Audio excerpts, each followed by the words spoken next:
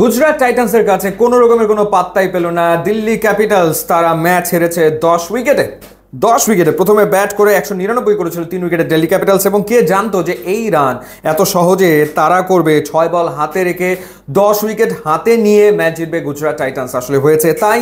এবং 12 ম্যাচের ভেতরে 9টা ম্যাচ জিতে 18 পয়েন্ট নিয়ে আইপিএল এর এবারের আসরের পয়েন্ট টেবিলে টপে রয়েছে গুজরাট টাইটান্স।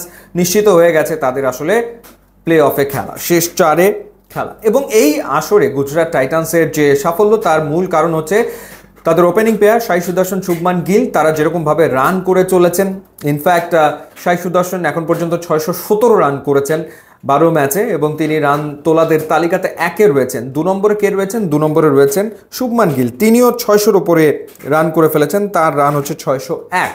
আরেকজন ব্যাটসম্যান রয়েছেন তাদের, যিনি জশ বাটলার, 500 রান করেছেন।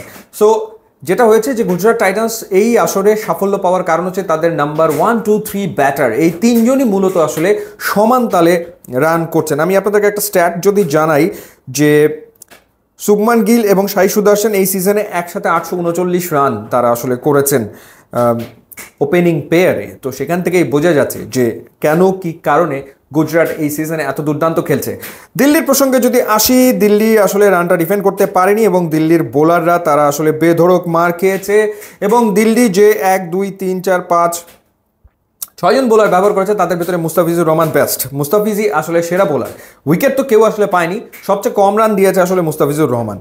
আকসার প্যাটেল বল করেছে 3 ওভার 35 রান দিয়েছে, ইকোনমি রেটে 11.66। নটরাজন 3 ওভারে 49 রান দিয়েছেন, তার ইকোনমি রেট 16.33। এরপর দুষ্মান চামিরা 2 ওভারে 22 রান দিয়েছেন, ইকোনমি রেট হচ্ছে 11। এরপর ভিপরাজ নিগম 4 ওভারে 37 রান দিয়েছেন, ইকোনমি রেট 9.25। কুলদীপ যাদবও 4 ওভারে 37 রান দিয়েছেন, এবং তারও ইকোনমি রেট হচ্ছে 9.25।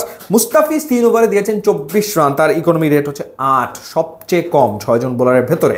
ইনফ্যাক্ট মুস্তাফিজের এই 3টা ওভারের 2টো তিনি করেছিলেন পাওয়ার প্লের ভিতরে। একটা ওভারে দিয়েছেন 6 রান, আর একটায় দিয়েছেন 7 রান, অর্থাৎ পাওয়ার প্লের ভেতরে তিনি 12 বল করে 13 রান দিয়েছেন, যেখানে সাই সুদর্শন এবং একই সাথে শুভমান গিল সুপার ফর্মে রয়েছেন।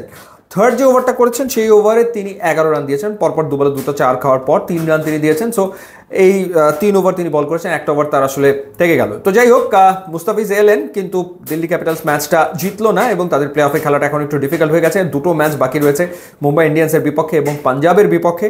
এখন পয়েন্ট টেবিলের 5-এই রয়েছে দিল্লি ক্যাপিটালস, এবং শেষ 2টো ম্যাচ তাদেরকে জিততে হবে যদি তাদেরকে প্লে অফে খেলতে হয়। দেখা যাক তারা সেটা আসলে করতে পারে কিনা। ইউটিউব এবং ইনস্টাগ্রাম লিঙ্ক দেওয়া আছে, আপনারা যোগ দিলে খুবই খুশি হবো। And thanks for watching.